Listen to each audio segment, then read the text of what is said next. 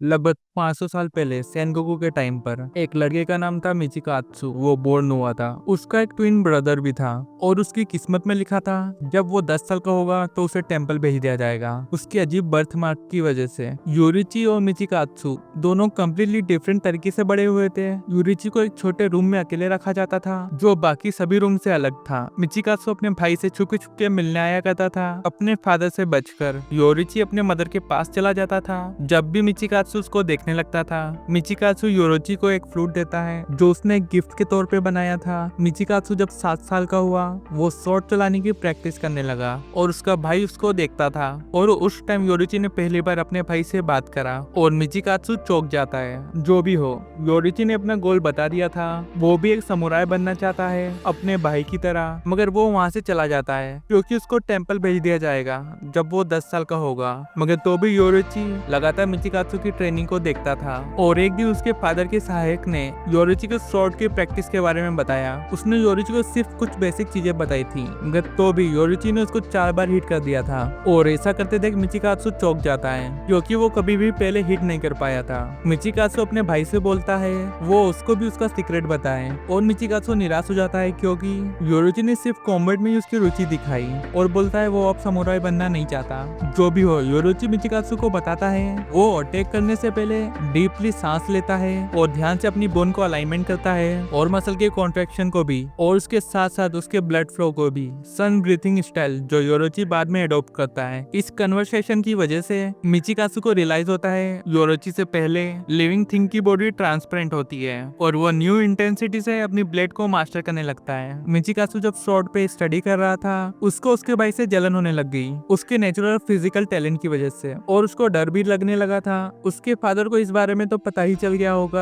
योरोची के बहुत ज्यादा पोटेंशियल के बारे में और उन दोनों का रोल चेंज ना हो जाए और उसको टेंपल पे ना भेज दे योरोची की जगह। और योरोची को भी इस बारे में पता चल गया था उस रात जब उसकी मदर पास अवे हो गई थी इलनेस की वजह से और वो मिचिकात्सु के रूम में 3 AM को आता है ये चीज बताने के लिए और फेयरवेल देने के लिए। उसने पहले से प्लान कर लिया था टेंपल जाने का, उससे पहले उसके फादर उसको फैमिली का न्यू सक्सेसर बनाए। योरोची उसके भाई को बताता है वो थैंकफुल है फ्लूट के लिए जो उसने उसको दिया है और वो उसको एक ट्रेजर की तरह संभाल के रखेगा। मगर मिचिकात्सु इरिटेट होता है कि वो उसको ट्रेजर की तरह कैसे रख सकता है जबकि वो उससे एक ट्यून भी नहीं बजा सकता और वो अपने भाई को जाते देखता है और कुछ नहीं बोलता और उसकी जलन उसके बाद सिर्फ बढ़ ही रही थी जब वो उसकी मदर की डायरी पढ़ता है जो उसकी मदर की डेथ फॉलो करती है। उसको पढ़ने के बाद उसको पता चलता है योरोची को उसकी मदर की इलनेस के बारे में पता होता है और वो योरोची से उसके बाद और गुस्सा होने लगता है और उसको पता चलता है वो सिर्फ फिजिकली गिफ्टेड नहीं है वो जीनियस भी है और वो उसकी ब्रदर की डेथ के लिए विश करता है और कुछ सालों तक उसको उसके ब्रदर के बारे में कुछ नहीं सुनने को मिलता है तो वो सच भी मानने लगता है। 10 साल बाद मिचिकात्सु एक समुराई बन जाता है और एक वुमेन से मैरिड कर लेता है जिसने उसके 2 बच्चों को जन्म दिया है और एक रात डीमन ने उसके कैंप पर अटैक कर दिया था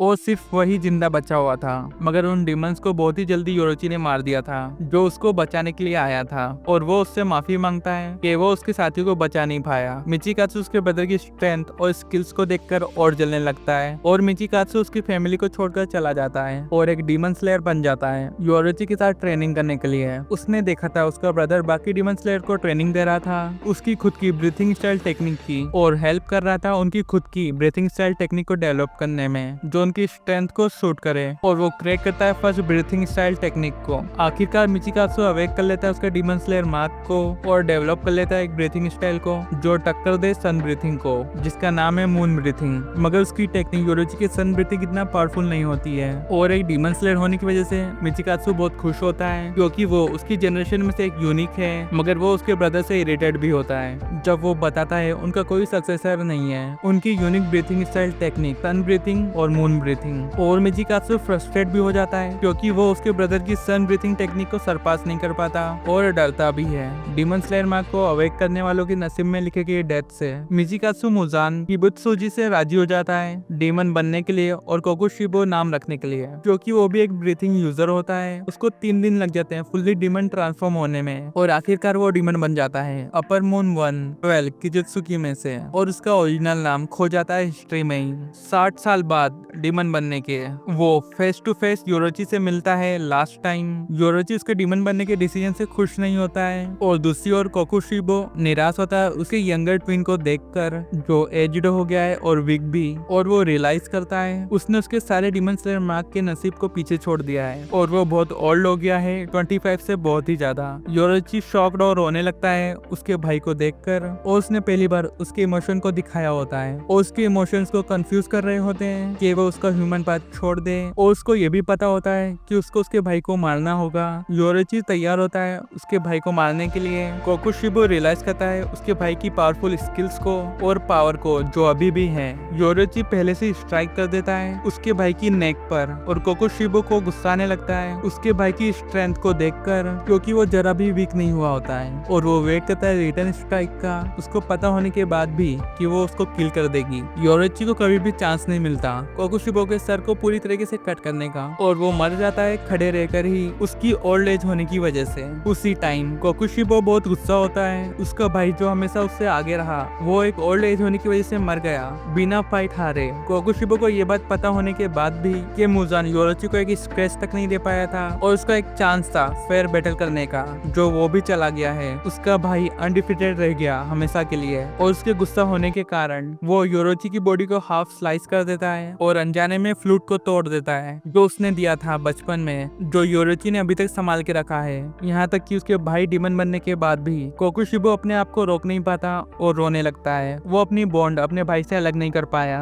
और वो डिसाइड कर वो टूटे हुए फ्लूट को अपने साथ रखेगा। कोकुशिबो को सम्मान करा था अपर रैंक की मीटिंग के टाइम, वो वहाँ पर सबसे पहले पहुंच गया था और वो वॉल की तरफ फेस करके बैठा होता है और तभी बोलता है जब उसकी प्रेजेंस का पता चलता है बीवा डीमन द्वारा, और वो बताता है मुजान आ चुके हैं। मुजान बताते हैं गायुटारू की डेथ के बारे में और कोकुशिबो और बाकी अदर्स से पूछते हैं वो अभी तक युबुयाशिकी की फैमिली को डिस्ट्रॉय नहीं कर पाए और फेल हो गए ब्लू लिली फ्लावर को ढूंढने में भी। कोकुशिबो बोलता है उसके पास कुछ नहीं है बोलने के लिए, और फिर अकाजा पूरी तरीके से डोमा के हेड को कट कर देता है, और फिर कोकुशिबो अकाजा के हाथ को कट कर देता है और बोलता है तुम कुछ ज्यादा ही आगे चले गए, और वो एक्सप्लेन करता है डोमा को वो उसके बेनिफिट की वजह से बीच में नहीं आया है। कोकुशिबो अकाजा को बोलता है अगर तुमको ये चीज इतना परेशान कर रही है तो तुमको ब्लड बाथ बैटल के लिए अप्लाई कर देना चाहिए इसकी प्लेस लेने के लिए। तो तुम समझ गए होंगे कि मैंने क्या कहा। अकाजा बोलता है हाँ मैं समझ गया, और बोलता है हाँ मैं तुमको पक्का मार दूंगा। कोकुशिबो अकाजा को विस्लक बोलता है हाशिरामा की मीटिंग के टाइम हाशिरामा रिपोर्ट करते हैं कि स्ट्रेंज मार्क के बारे में आमा ने युबुयाशिकी बताती है ये मार्क कॉमन है कुछ selected original breathing style user के लिए, और कोकुशिबो उनमें से एक है। काइगाकू को जब याद आता है जब उसका आमना सामना हुआ था कोकुशिबो से जेनत्सु से फाइट करते टाइम कोकुशिबो ने उसे हरा दिया था और फिर उसने जल्दी सरेंडर कर दिया था, मगर कोकुशिबो ने उसको सेकंड चांस दिया था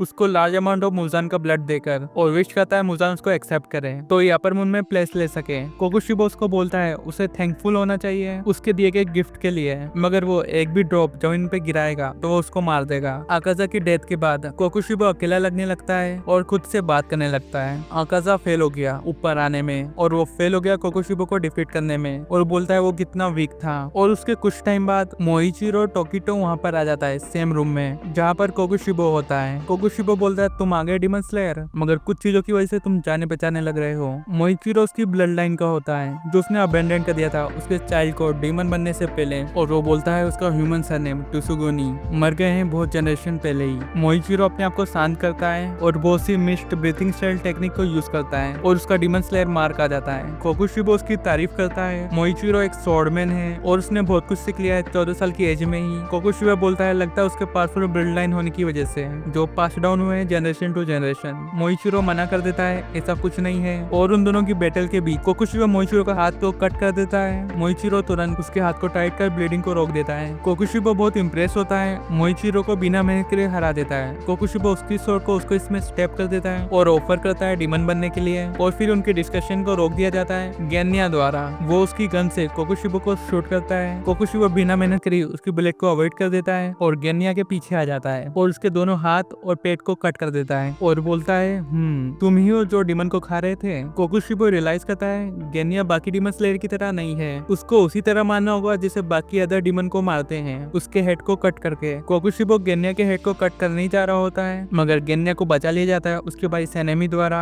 गेन्या माफी मांगता है हर चीज के लिए उसके भाई से। कोकुशिबो बोलता है ब्रदर और डीमन स्लेयर भी पुरानी यादें ताजा हो गई। सेनेमी और कोकुशिबो की इंटेंस बैटल स्टार्ट हो जाती है। कोकुशिबो थोड़ा बहुत पीछे ढकेला जाता है विंड हाशिरा स्किल्स के सामने। जो भी हो वो अपना कंपोजर वापस ले लेता है और बोलता है वो सर्वाइव नहीं कर पाता अगर उसकी सेंस शार्प नहीं होती तो उसके लंबे एक्सपीरियंस की वजह से। और वो ये भी बताता है सेनगोकू के एरा के टाइम उसको बहुत सारा एक्सपीरियंस मिला था, बिल्कुल सिमिलर स्ट्रॉन्ग विंड हशिरा से फाइट करके। फिर कोकुशिबो सेनेमी को अच्छा खासा कट कर देता है और उसकी बॉडी में से ब्लड निकलने लगता है, मगर सेनेमी हंसने लगता है और बोलता है उसके पास मेरे अच्छी ब्लड है। सेनेमी उसकी एबनॉर्मल बॉडी से उसकी ब्रीथिंग स्टाइल को कंट्रोल करता है और उसकी मसल्स को भी, और ब्लड को कैलकुलेट कर रोक देता है ब्लीडिंग होने से जितना हो सके। और इतने स्ट्रगल के बाद कोकुशिबो को फाइट करने में बहुत ज्यादा मजा आया। उसको अपॉर्चुनिटी मिली इतने स्किल स्वॉर्डमैन से फाइट करने के लिए। वो सेनेमी को फिनिश करने ही वाला होता है, वहाँ पर ग्योमेई आ जाता है, शॉन हाशिरा। कोकुशिबो अपने आप को रोक नहीं पाता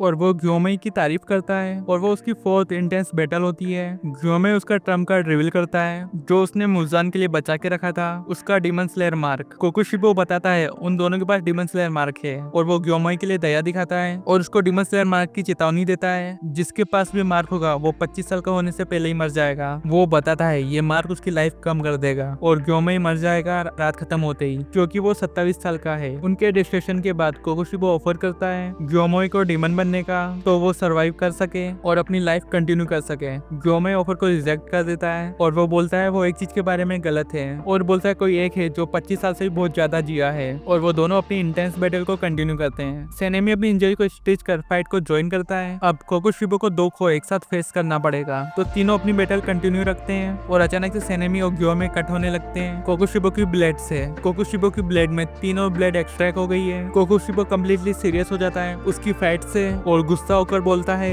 एक बार तुम दोनों को किल करने के बाद मैं बाकी सबको इजीली मार दूंगा।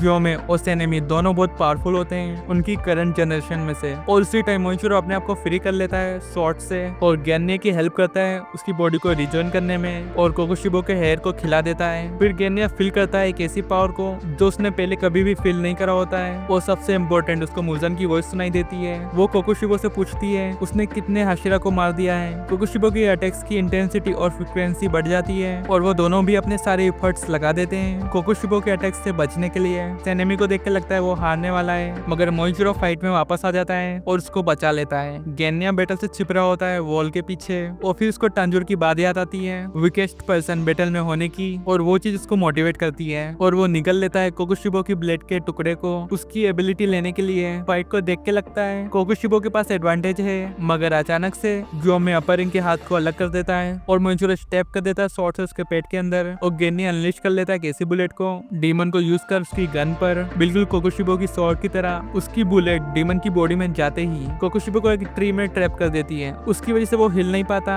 फिर ग्योमेई और सेनेमी फटाक से उसको खत्म करने जाते हैं और ये फीलिंग कोकुशिबो को डिस्टर्ब करने लगती है और उसको याद दिलाती है 400 साल पहले की फाइट की जिसमें योरिची ने हिट कर दिया था उसकी ब्लेड से, जो कोकुशिबो को अभी तक कोई नहीं कर पाया। और उसको और ज्यादा गुस्सा आने लगता है डिफीट होने के कारण। कोकुशिबो की बॉडी से मल्टीपल ब्लेड निकलने लगती है और सभी डीमन स्लेयर को इंजर कर देती है, मगर तो भी चारों उसकी ओर अटैक करने बढ़ते हैं। मोइचिरो की ब्लेड रेड हो जाती है और कोकुशिबो के इंटरनल ऑर्गन्स दिखने लगते हैं। फिर गेन्या अनलिश करता है एक और डीमन ब्लड आर्ट और एक और ट्री को कोकुशिबो के बैक पर उगा देता है और ग्योमेई कोकुशिबो के सर पर मारता है उसके फ्लैल से और सेनेमी भी उसकी स्वॉर्ड से अटैक करता है और उन दोनों के वेपन भी रेड होने लगते हैं। कोकुशिबो को उसके भाई के थॉट्स याद आते हैं, कैसे डीमन स्लेयर उसके बाद आने वाले उसको सरपास कर दिए हैं और वो बहुत ही ज्यादा गुस्से में हो जाता है और कोकुशिबो का हेड कट हो जाता है, मगर कोकुशिबो अपने हेड को वापस ग्रो कर लेता है और सेलिब्रेट करने लगता है उसने कॉन्कर कर लिया है डेथ को और जो भी अटैक उसकी तरफ वो थ्रो करेंगे वो बेकार है। उसकी न्यू फॉर्म में एक मॉन्स्टर से और स्पाइक निकल जाते हैं उसके फेस, हेड और बैक से और वो अपने आप को ब्लेड के रिफ्लेक्शन में देखता है और अपनी न्यू फॉर्म के अपीयरेंस को देख के निराश हो जाता है और वो उसका ओरिजिनल मोटिवेशन को याद करता है स्ट्रॉन्गेस्ट समुराई बनने का कंट्री में, और जो बात उसने चूज करा है क्या वो यही करना चाहता था। और इतने में ग्योमेई उसका हेड को क्रश कर देता है उसके फ्लैल से अगेन अपर रैंक रीजनरेट होने का ट्राई करता है, मगर उसके शरीर के टुकड़े होते जा रहे थे क्योंकि मोइचिरो ने उसकी रेड ब्लेड को स्टेप कर दिया था उसकी बॉडी में और कोकुशिबो जमीन पर गिर गया।